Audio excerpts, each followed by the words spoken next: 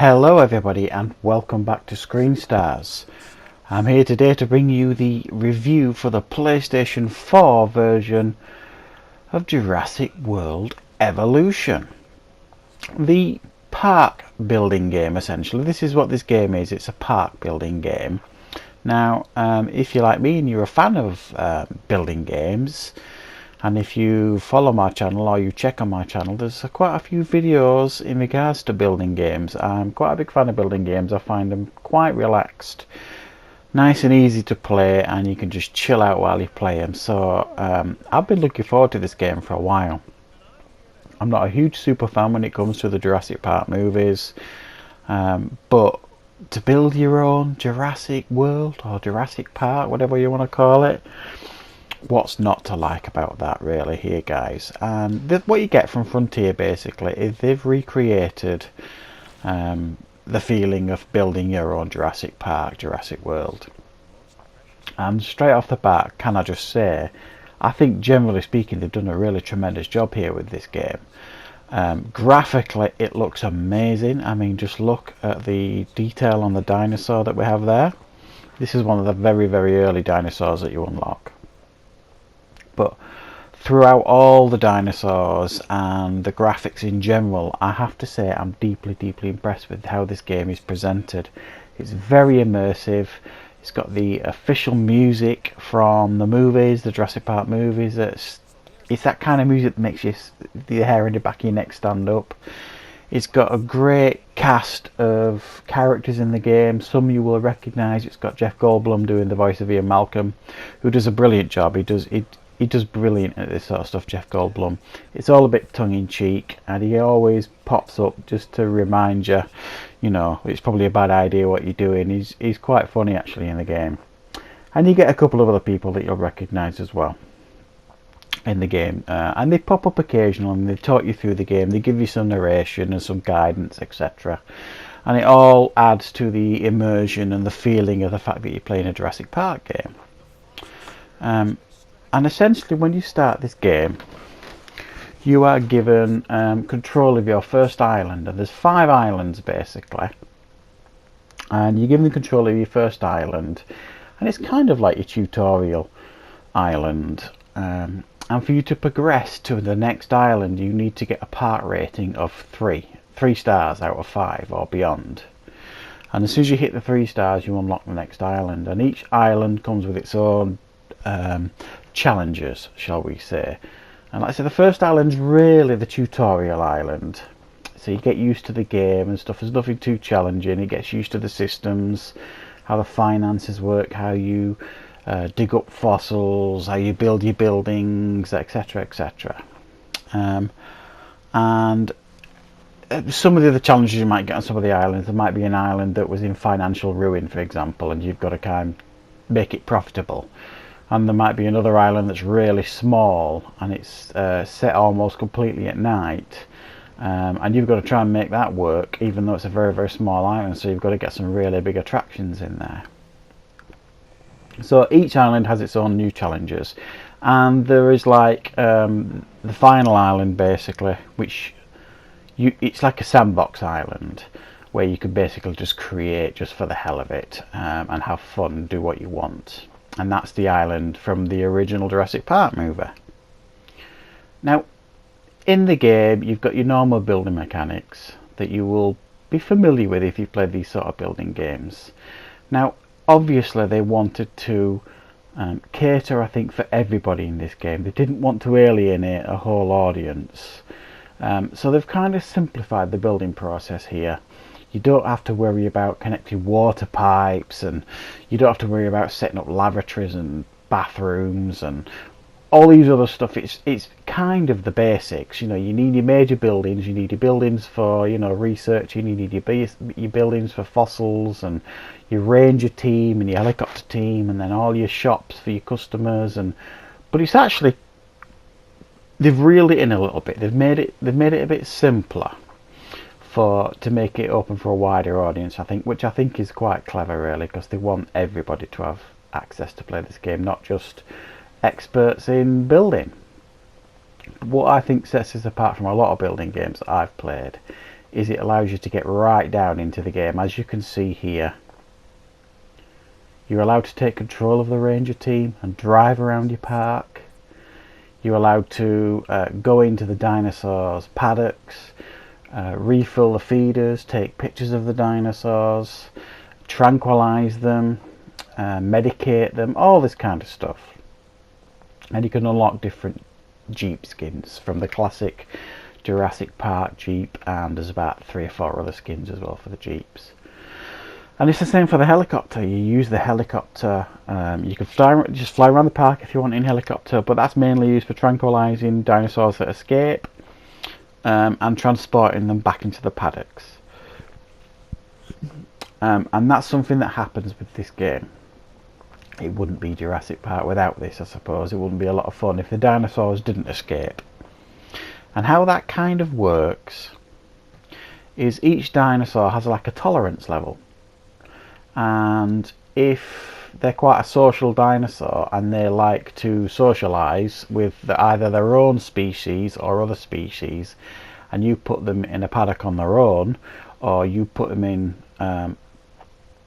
a paddock with species they're not compatible with, then they'll get anxious and aggressive, and then they will basically attack the fences and break free, whether this be herbivores or carnivores. And then you've got panic on your hand, you've got the guests running away, and this is where part of the fun of the game is, because the dinosaurs will chase them and eat them or stamp on them depending on which dinosaur it is. And so you've got to chase them around the park, tranquilise them and transport them back and repair the fences, and that's where the excitement comes in the game. Here we have the Tyrannosaurus Rex, who is just awesome when you unlock him for the first time. It's iconic. It's got all the roars and everything that you expect from the movies. They're very, very authentic, very, very graphically accurate. You can see there from the sliders on the screen, it shows you what the tolerance levels is.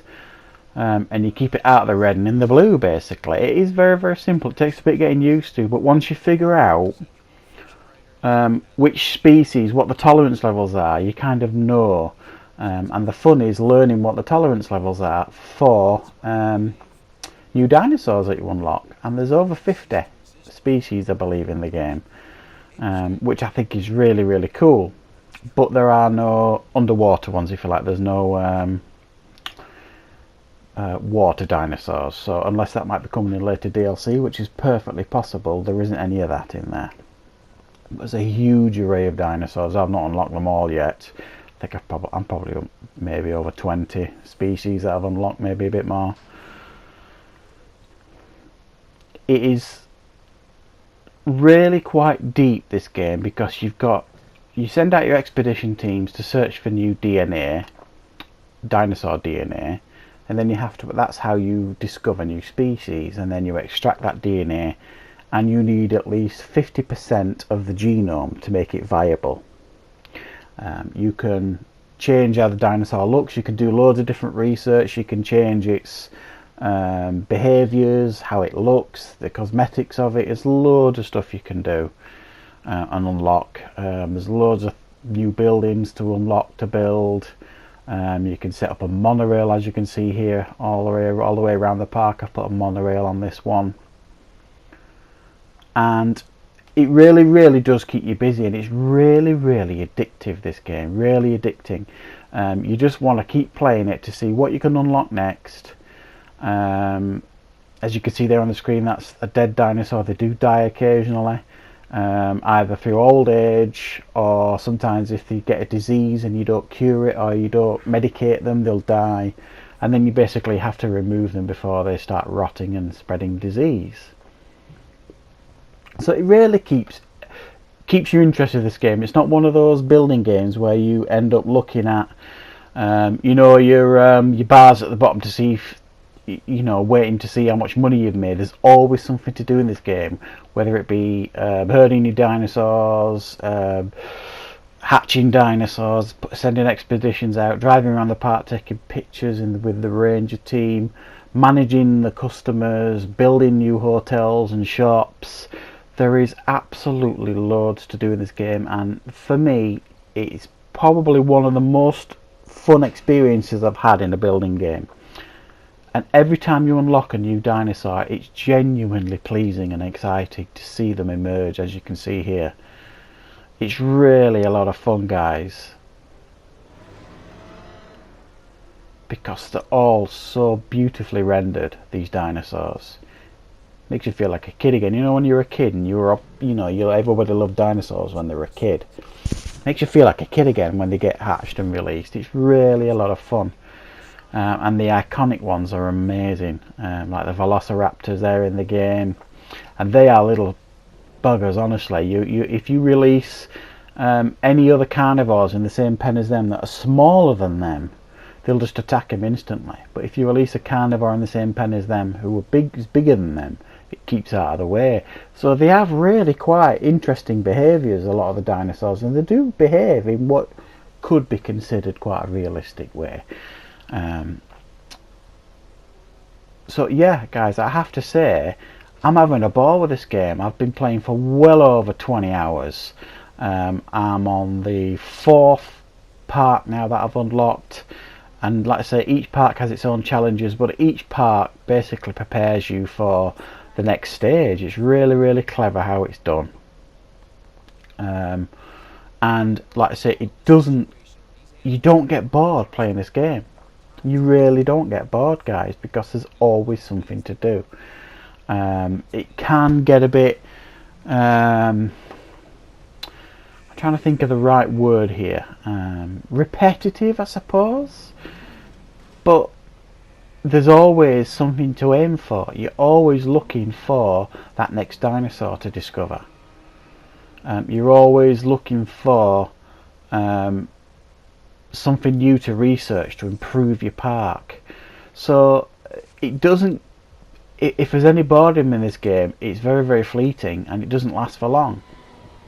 And the main problem you've got with this game is figuring out how to make the park a success, how to make your park work. What's the right balance? Is it between really iconic carnivores, really iconic herbivores, mixture of both, and just bringing in the customers to make the park a success so you can move on to the next stage of the game. Gotta say, guys, I'm a big fan of this game. I really, really am having a good time with it, and I'm going to give this game a pretty strong 8 out of 10. I'm not bored with this game at all. I'm easily going to continue to play it.